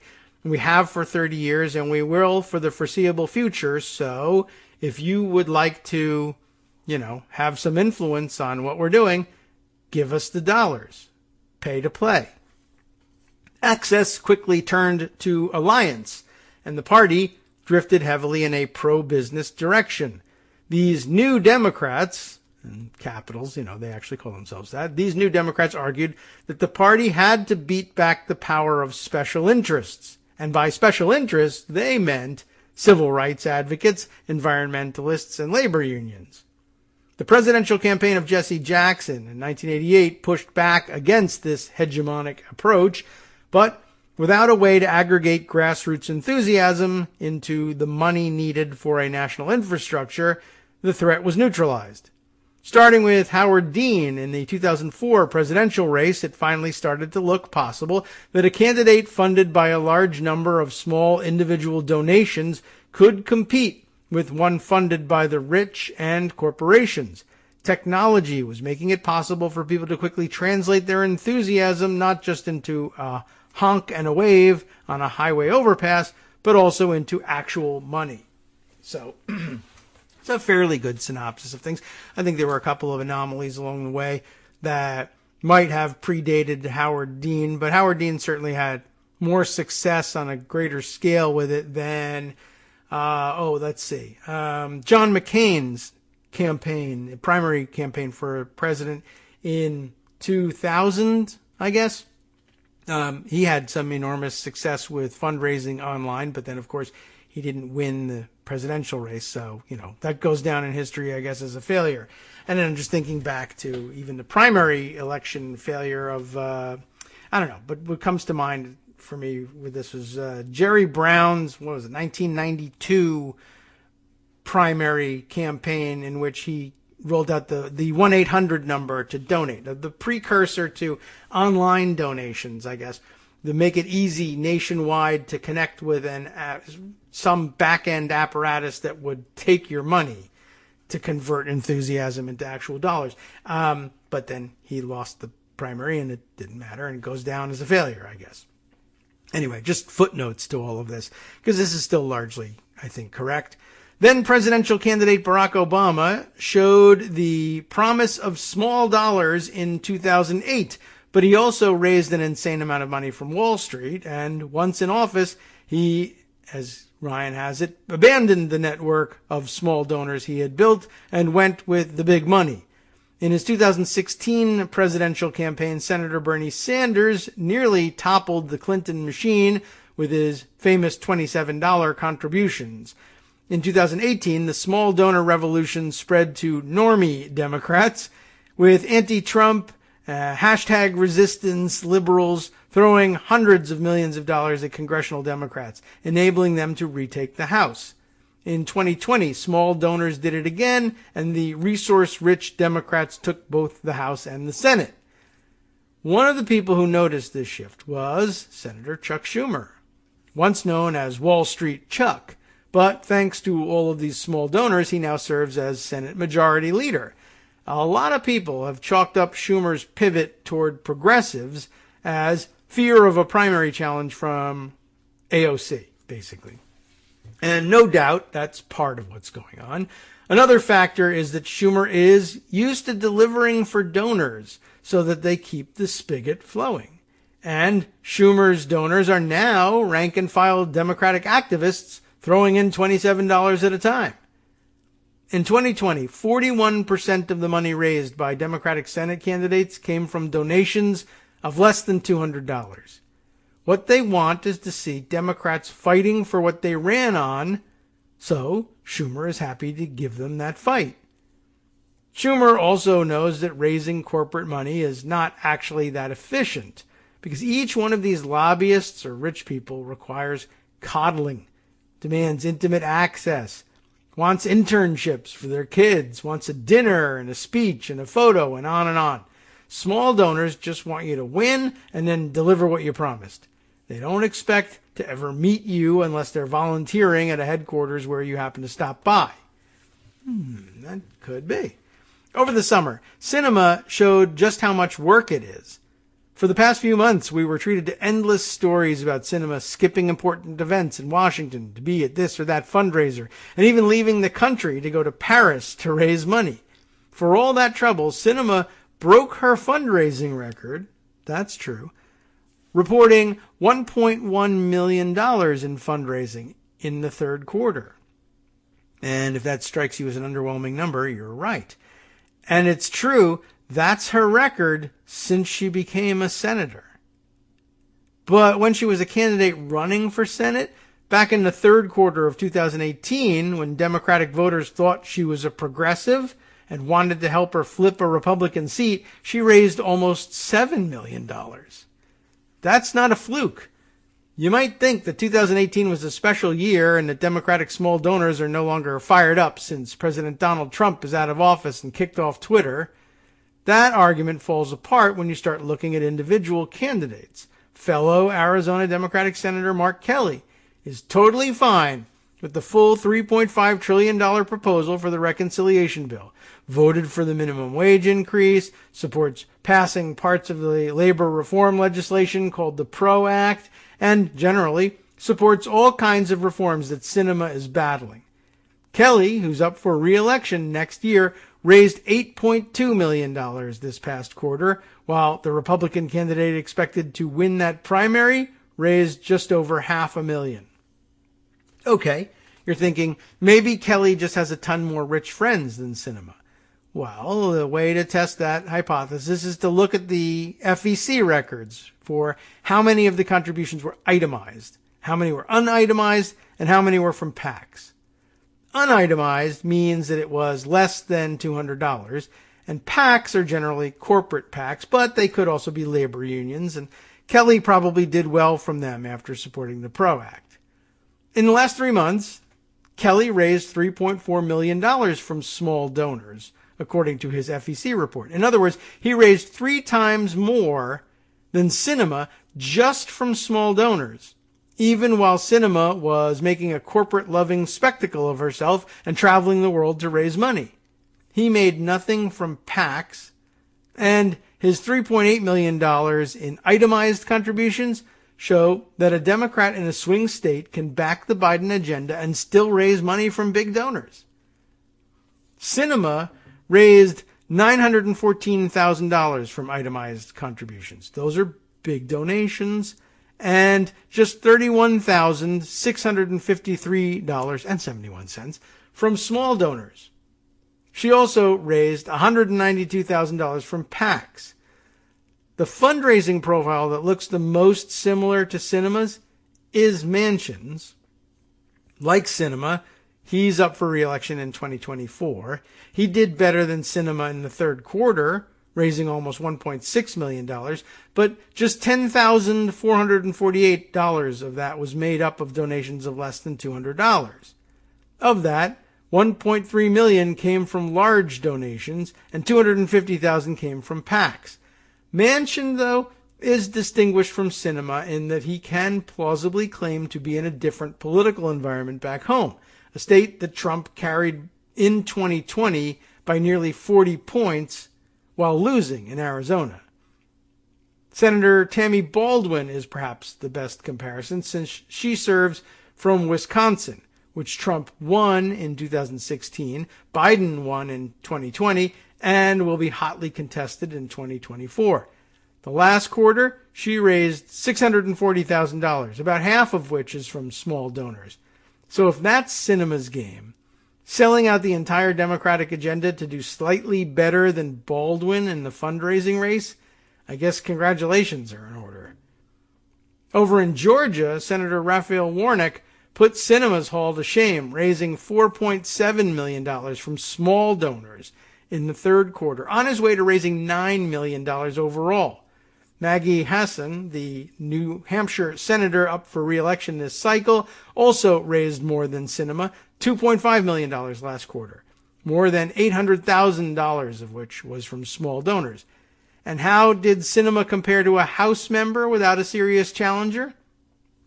Ocasio-Cortez raised just over $1.6 million to Sinema's $1.1 million. In fact, she raised more from small donors than Sinema raised in total. The simple fact is that Sinema's style of fundraising just isn't the best way to raise large sums of money anymore. And most politicians ultimately follow the money, which means that they're now going to follow the people, especially if they're in swing states that millions of people care about. So, if you believe that politicians are corrupt and only do what their donors tell them to do, this is actually good news about the future of the Democratic Party. For now, however, the party's past still has a death grip on the present. I just thought that was really kind of an interesting observation, and at least calls into question, if you're pro-Sinema for whatever reason, calls into question why she's doing what she's doing. And I don't know whether there's a better explanation for it or better motivation. I mean, most things are better than money in terms of, like, you know, the value, their moral value as motivations. But if you're thinking, well, she's just a sellout, she's just trying to raise as much money as possible, I mean, the numbers aren't there. The things she's doing are pro-corporate, and they're supposed to, in the past, they were supposed to have led to gigantic fundraising hauls. But here they're not, it's not doing it. So if it's the money that's motivating her, she's not doing very well with it, and you would think she would change course. Maybe now she's saying she'll tax billionaires. That's the course change. I don't know. Of course, the other motivation ascribed to her by others has been, she's looking to land a lobbying job when she's bounced out of Congress or quits, if she were to win re-election or whatever it is. When her congressional career is over, she wants to be a lobbyist. So she's just doing favors for lobbyists, and they're not giving her a tremendous amount of money. They're just keeping her on some sort of mental list for inclusion in their game later on. And I guess we don't have anything from Ryan's article to refute that. But I don't know. Especially if she has this reputation for not talking to people about what she wants. So that's not going to make for a very good lobbyist. All right. Anyway, I just thought that was really an interesting observation and worth adding to the mix. Okay. Let's see. A couple of minutes here before the next break. Not a whole lot of time there, though, but that's okay. Let's throw in this short bit, because I think we might be able to get through everything necessary to understand this story in the few minutes we've got. From the Dallas Morning News, Texas Lieutenant Governor Dan Patrick has paid his first voter fraud bounty. I don't even know if you remember that he did this, but he went around saying, he did that. He offered a bounty for proof that leads to conviction of somebody in voter fraud. Of course, he thought, he was going to catch somebody casting 1 million votes and stuffing a ballot box for Biden. But no, it went to an unexpected recipient, says the headline. Patrick, a Republican, promised to pay $25,000 to any tipster who came forward with evidence of real voter fraud. He cut his first check this week. And paywall prevents us from getting too far into the story anyway. But it is this. Nearly a year after offering up a hefty bounty for evidence of voter fraud in the wake of Donald Trump's loss, Lieutenant Governor Dan Patrick has handed out his first reward, but instead of going to an informant who smoked out fraud by Democrats, Patrick's 5-figure payout went to a progressive poll worker in Pennsylvania, whose tip led to a single conviction of illegal voting by a registered Republican. So, whoops. Where's my trombone sound? There we go. Thing that astonished me about this one is, one, somebody remembered that he had made that promise, and two, he paid. Like, I would have figured if you came forward and had this proof and it led to the conviction of somebody for voter fraud and it was a Republican voting for Trump, presumably, who was convicted of the fraud. I just thought he would say, yeah, well, screw you. I don't care, particularly if you're from Pennsylvania and he's from Texas. I guess I'm just shocked that he decided to follow through and pony up the cash. So I don't know. Maybe that's good. Anyway, that came alongside another piece of news from the weekend, and all we really need to do is read you the headline of this one, or the tweet from David Charnes, who says, a Las Vegas man who claimed that his dead wife's mail-in ballot showed voter fraud is accused of sending it in himself and voting twice. He, of course, played it up big time in the wake of the election, saying he was disgusted by this awful display. It was him. Hi, it's me, David Waldman, the same guy who was just talking to you a second ago. Our Patreon subscription drive is still going strong, with over 175 monthly donors who help keep us on the air. If we've helped keep you going during the pandemic, why not return the favor and help us keep going so we can all be together for the next disaster? Patreon.com, Patreon.com, makes it easy to make secure, recurring monthly contributions to support our show. Patreon.com/KagroX gets you straight to our donation page. Maybe you'd like to thank us for keeping you sane during the Trump era. Maybe you're looking forward to in-depth explanations of what's going on in the Biden administration. Whatever it is that keeps you listening, we need your help to keep bringing it to you. And hey, if you happen to prefer using PayPal or even the Square Cash app, we're up and running with those options too. Thanks again, everyone, for all your support. We literally could not do this without you.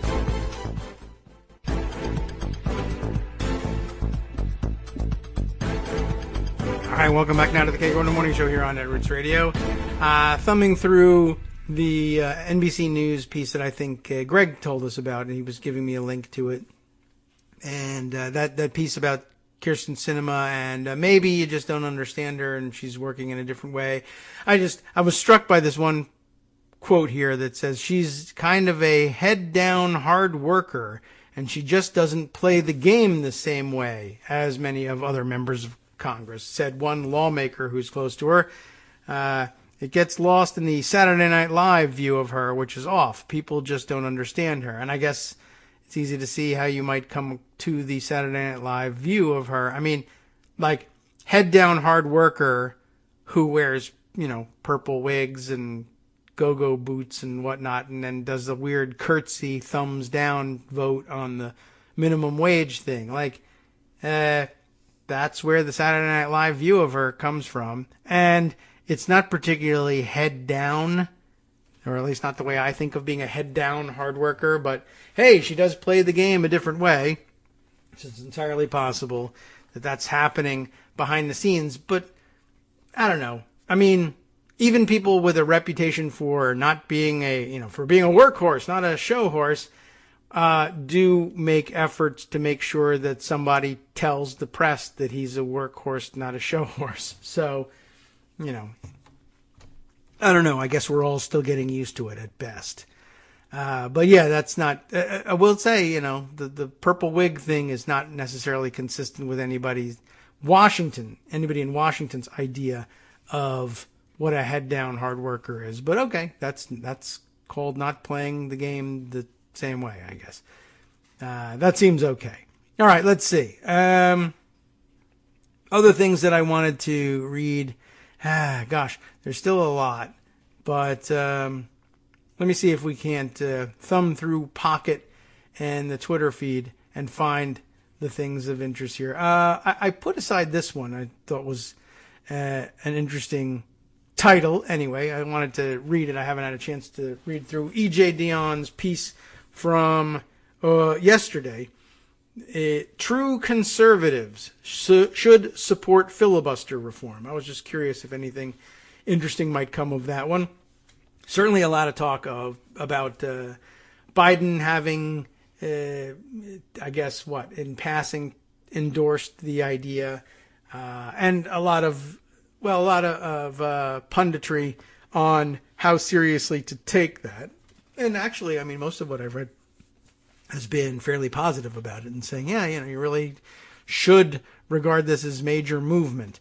Let me see what EJ has here. President Biden signaled last week that Isaac Newton's third law of motion, for every action there is an equal and opposite reaction, may finally apply to American politics.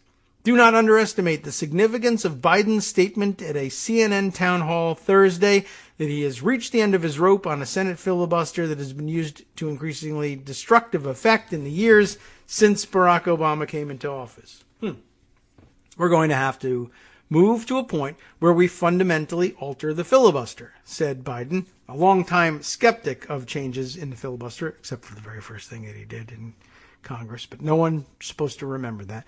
Biden asserted his willingness to push for bypassing the filibuster to allow Senate Democrats to enact a voting rights bill, and went on to say he might favor lifting it on behalf of other measures as well.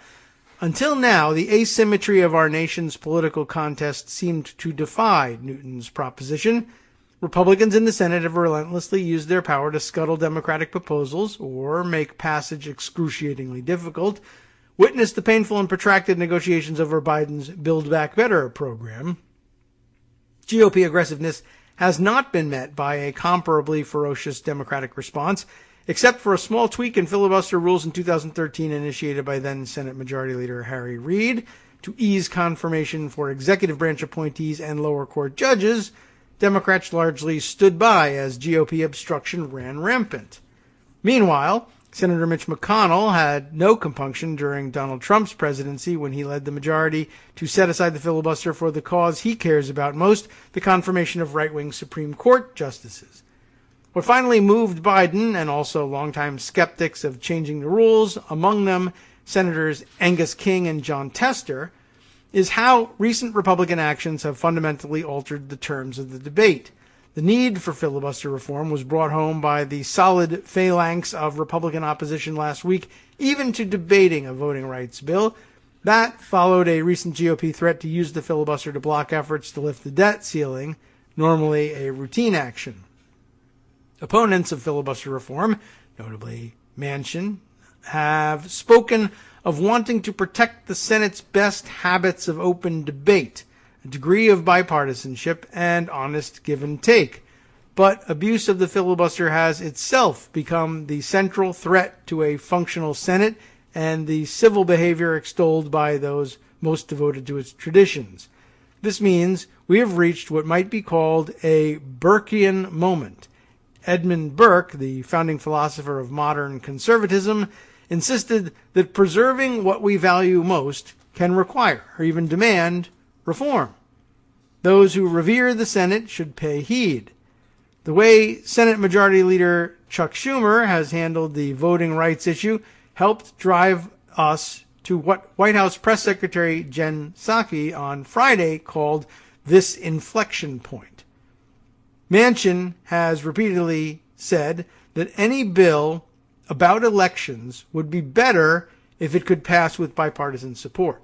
So, Schumer encouraged him to put forward proposals of his own and then shop them around to Republicans in search of 10 votes to break a filibuster. The Freedom to Vote Act is a compromise measure written to Manchin's specifications. It pared back many of the provisions that Republicans had objected to in the For the People Act, passed by the House in March.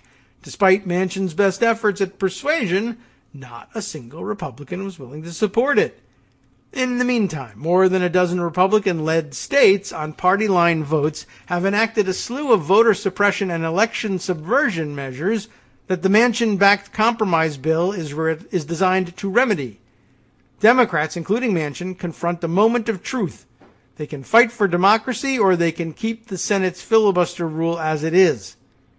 Republicans have made very clear that they cannot do both.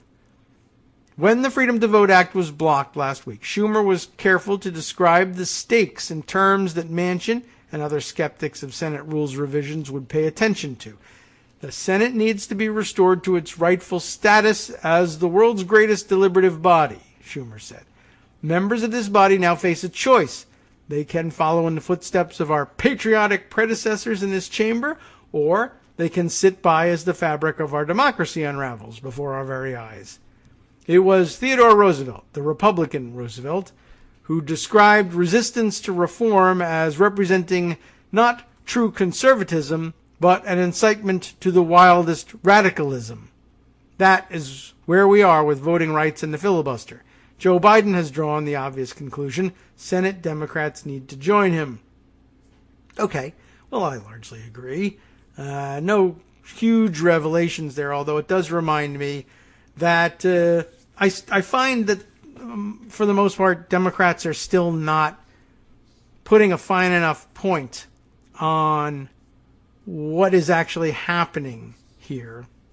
And they keep saying, well, in the states they're passing voter suppression legislation. Yes, but these states have been suppressing their voters for a long time. That's true. It doesn't make it any better, obviously. It's just, that's not news by itself. But then they say, but also things that will help them, would help them undermine election integrity. And it's not entirely clear what it is that they mean by this. And I think we could do better in describing what we think they mean in all of this. And I guess that reminds me of an exchange that I had over the weekend on Twitter, which I'll scroll back and see if I can find. But I thought maybe helped put a finer point on it. Although, again, we could do better with the specifics and calling out examples state by state and discussing what it is that's going on that makes this so troublesome, I guess. Let's see. Where is it? Still a little further back here. But lots of retweeting of this tweet from Garrett Graff, journalist who's got, had bylines all over the place. But he put this one out. The normal political class continues to underreact to how close Trump came to a coup after reading all this stuff over the weekend, right? Different choices by a very few people. Jeffrey Rosen, Brad Raffensperger, and the like. And we'd be in a very different position today. Remember, the House GOP backed the coup even after January 6th. Yeah, all true and worth repeating, but I thought maybe it would put a finer point on it to say, and I guess a lot of people agreed because they got a lot of attention. I maintain, as I have here on the show, that Brad Raffensperger, since you called out Brad Raffensperger in particular, I would tell you Raffensperger would have agreed to do what Trump asked in that phone call if he hadn't felt that he would get in legal trouble, that he was constrained by Georgia law from doing the thing that Trump asked for. Now, ordinarily, among Trumpists, that's no barrier. Sure, the law says that, but who cares? I just will ignore it and do this thing. But Raffensperger was worried about being called out and, perhaps even getting in trouble for contravening Georgia's laws or doing things above and beyond what he felt was clearly justifiable under Georgia state law. But I maintain that without that barrier, he would have felt fine about doing what Trump was asking for. So, as I said, I maintain that Raffensperger would have agreed to do as Trump asked if he hadn't felt constrained by Georgia law. And that Republicans are, right now, therefore, changing Georgia's law. That's the problem that's going on here. We ran into this thing, this place where a very few people, choices of a very few people, managed to just possibly save us, at least for the time being. But it's not because, thank God, we had good people in office in all of these critical positions.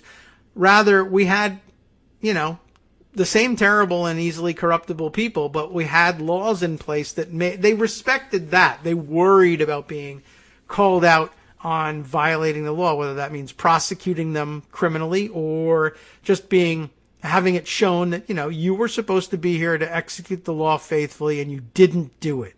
It's a big time violation. For some reason, that still meant something to Brad Raffensperger. And I'm glad of that.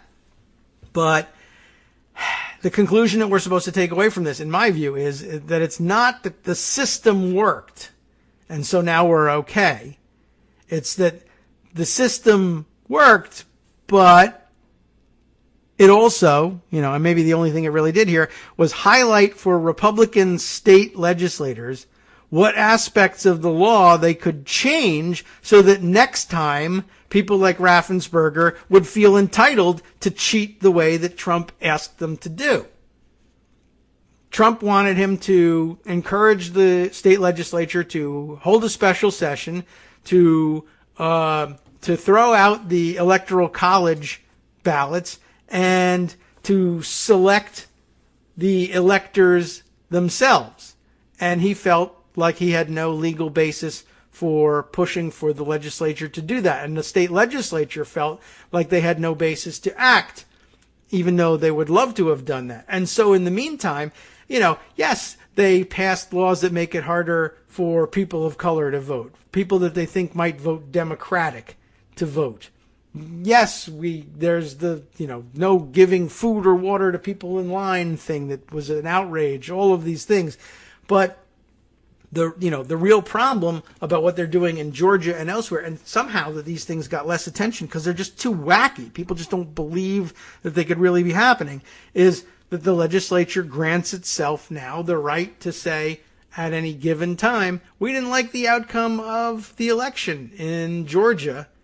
We, quote unquote, have reason to believe that there was fraud or something, blah, blah, blah. I mean, imagine thinking about what these people conclude is solid evidence of fraud, right? That should scare you, because the solid evidence of fraud is rarely evidence of anything, of any kind. And they would, based on that, say, yeah, well, we're going to recall our electoral college representatives and just substitute them with ones that we want. And though they would have felt weird about doing that last time because there's no law that says they can, now there is one. Whether it's constitutional or not is another question, but now there is one and they'll feel entitled to do it. That's actually a pretty significant problem. And it's one we're not really finding a lot of Democrats spending enough time actually confronting. So anyway, I just found that kind of odd and troublesome. Speaking of the weird ideas people have about what passes for evidence, you should spend some time, as I'm sure you will, reading through the Willard Hotel story in the Washington Post and the Rolling Stone story. I would read them to get to them, but I mean, we'll just burn the rest of the time on them. And you've likely read parts of them or are going to anyway. And like I said, it largely confirms things that we believe to be true. And so it doesn't feel like news, though it really is. And it's a vital part of the investigatory process. There's no taking away from the value of these pieces. But anyway, you'll find buried in there nuggets of, not so much what people did that I'm thinking of at the moment as little quotes that witnesses provided saying, you saw the evidence, that the idea, well, I saw a videotape of somebody pulling something, a box out from underneath a table, and then having quotes from Rudy Giuliani saying the evidence it's like an open and shut case. It's ironclad. How could anybody not see what we're seeing? He said it. Bernie Carrick said it. There's a couple of quotes in there like that. And it's like, you're crazy. There's nothing of the kind happening here. And 60 courts have said there's nothing of the kind happening here. But they're convinced that they have ironclad evidence. It's just an illness, I guess, is all you can say. That actually reminds me, since we might as well segue to this one. This piece from the Florida school board member that we heard from last week about the various actions of harassment that she's had to endure. Jennifer Jenkins from Brevard County in Florida, and we heard the story of her having her daughter's play date interrupted. You remember, by having the Department of Children and Families show up because they got a troll report that she was abusing her daughter, and they needed to examine her to make sure that she wasn't being burned and abused in any other way by Jennifer Jenkins because some opponent of hers called up the bureau and said, I just want to get her in trouble, basically, swatted her with her daughter. But there's more to that particular incident and more that they're doing, involving the kids that I thought was amazing. And I'll refer you to the whole thing here, and you should read it. But again, here I want to, I guess, skip around to a couple other things before the day ends. But one of the things that grabbed me, aside from that story about calling a fake complaint in about abuse of her daughter, was, well, this whole thing, obviously, about the things that she can't believe she has to endure as a school board member, and you're just not going to get people to, volunteer for these positions anymore, or run for these positions anymore, which overall, that's another thing. I mean, that relates very closely to what's happening here in Loudoun County. Clearly, the idea, that we discussed on Friday is for the politicians, it's to convert this into an issue that they can win the election with. The Trumpkin Youngkin here thinks he can win by saying, well, I'm just trying to speak out for parents who need a voice in their kids' education. Please think of the children, when what you're really doing is, piggybacking on this teenage girl's rape and trying to make it into a winning political ad, much less issue, but, an ad that will, magically win the campaign for you, which is disgusting enough. But on top of that, and even worse, is that they have now figured out that, especially if there's no adequate prosecution, at least of people defying the subpoenas of the January 6th committee, thank you, if not, more prosecutions of people who actually participated in the riot and some serious sentencing. One of the things that they've learned in all this school board stuff is, well, if we lose the elections, at least we can eventually drive these people from office before their terms are over by threatening them with death daily. And the reaction to it, this is the most surprising, or the most annoying, I don't know what, but the worst part of this whole thing is, so we realize what they're up to. That what they're doing is, well, if we throw rocks through their windows and threaten to burn their house down and call the Division of Youth and Family Services, whatever it's called in your state, on these school board members and say that they've abused their children, or as this one says, they are walking back to the house, she's walking back with her 5-year-old daughter, and people in the crowd shout out, "Be careful, your mommy hurts children." That's in here. And it is, "Be careful, your mommy hurts little kids." And of course, they're convinced that they're right because they're idiots, these dummies who believe things like, well, wearing masks cause you to breathe your own carbon dioxide and it's poison and it's toxic and yada, yada, yada, all of this insane nonsense. But they believe that, they read on the internet that it hurts you. So if wearing a mask hurts you and you're making kids wear masks, then you're hurting kids. So it's fine to yell out, "Be careful, your mommy hurts little kids," among other things that they yell out. You're going to jail, give her, coughing in her face and shouting, "Give her COVID, give her COVID," burning a big FU into her lawn with weed killer. That was an interesting twist. And then, let's see, there was more, including this one, going back to the January 6th thing, shouting out, as they are outside, are on her way in and out of the house, "We're coming for you. We're coming at you like a freight train. We are going to make you beg for mercy. If you thought January 6th was bad, wait until you see what we have for you." Threatening more of the same. Right? "Oh, it's not a threat. We meant on January 6th we marched, so we're going to continue marching. We're going to march around your house." It wasn't a physical threat, just for marching. Hey, sure, right, whatever. But the point is, they've discovered that they can threaten people to the point where they resign. We had one of the members of the Loudoun County School Board just recently resigned.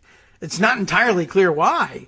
There's a million different reasons why, but what they're really aiming for here is, even if we can't make you resign, we can make you campaign differently. And if one side, if it is a side, is free to campaign, not only campaign normally any way they want, I mean, if they were campaign as normal people, it would still be unfair because they campaign as normal people and the other people have to campaign behind bulletproof glass with bodyguards and escorts, and they can't appear in public nearly as often because they're being threatened all the time. And they can't put their heart into the race because, secretly, they kind of wish they would lose so that they could be out of trouble with all these people and people would finally leave them alone. But on top of that, it doesn't mean that the other side campaigns as normal people. They campaign as crazy people and say things like, we should be attempting to kill my opponent. Absolutely. No doubt about it. And, what repercussions are there? None so far. None. Nobody gets prosecuted, certainly. And in other instances, it actually improves things for you. Where's this other piece I have tucked away in pocket? There's one down here somewhere that says it all in the headline. Oh, a Politico piece. Here we are. His street cred went up. The unintended consequences of outing the GOP lawmakers at January 6th. A Democratic group hoped to shame Republicans into resigning. It didn't work out the way they planned, says Politico magazine. Ruby Kramer, the writer on this piece from the 18th of October. It didn't occur to them, not at first, that in the human mass pushing past police barricades around the Capitol, they might see the bald head of a Pennsylvania state legislator gliding through the crowd of rioters in a golf cart reserved for Stop the Steal VIPs. Very interesting. And I guess we're basically talking about Doug Mastriano, senator for the 33rd District of Pennsylvania. Let's see, who else was there? There's former state Republican Representative Rick Saccone, I guess, Saccone, and then this Doug Mastriano. Basically, the idea here is that once he's outed as a January 6th rioter, as they say, his street cred with the MAGA wackos goes up. So nobody gets prosecuted, perhaps, for some of these things, or for the contempt of court, or for even higher level violations, the treason planned at the Willard Hotel. Gosh, we just can't prove it. And nobody gets punished at the polls either. I mean, I guess they'll lose these races in some cases. Thank God. Hopefully here in Virginia it happens. But even so, then they'll just get written off as, well, they lost the narrow race and they almost won on focusing on education, which it isn't.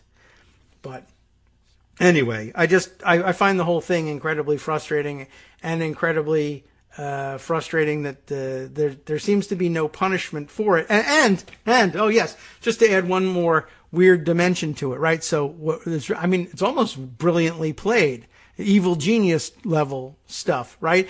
So the Trumpkin people, Youngkin Trumpkin people coming out to the school board and threatening the lives of the Loudoun County school board members over the story I told you.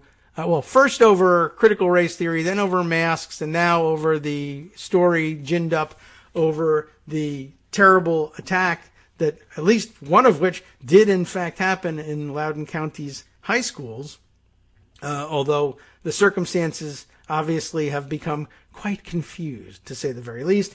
But you now have death threats being leveraged against school board members in the hopes that they'll either resign or refuse to stand for re-election and so clear the way for one of these lunatics who is actually doing the threatening to win their seat instead. But so then you have the reaction from the Department of Justice, the memo from the Attorney General saying, look, we really have to crack down on this stuff. You can't show up and conduct these elections, or you can't conduct politics, policy making, or elections in this way and just show up and threaten the lives of one side over and over and over again until they're too frightened to stand for election or participate in public life. That's terrorism by definition. And then they, of course, the reaction to that is, the Biden administration and Terry McAuliffe are labeling parents, just ordinary parents who happen to be threatening the lives of school board members, as terrorists simply because they're engaging in terrorism. How outrageous. It won't happen under my administration because I'll reward those people and promote them and put them in state government and put them in charge of your children's safety and your children's lives. And isn't that great? Isn't that really what you want? At bottom, that's something of a vicious circle, wouldn't you say?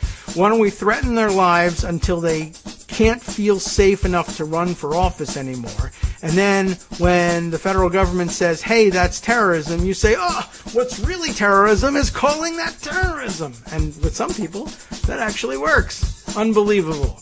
Well, once again, we're out of time here today, but you could go on with this for, well, forever. That's the context in which I would like you to go back and read those stories, the full reporting from Rolling Stone and Washington Post on what's been discovered about the plotting ahead of time in January 6th. And we'll revisit these stories, of course, in the next couple of days. Now time to hand things over to Justice Putnam for the West Coast Cookbook and Speakeasy next here on Netroots Radio. Let me get his preview up in front of me so I can share some of the stories with you. The Supreme Court has ruled in favor of protecting police accused of misconduct. Oh well, okay. What else? GOP lawmakers want the federal government out of the constitutionally designated seat of the government amid the Capitol insurgency on January 6th.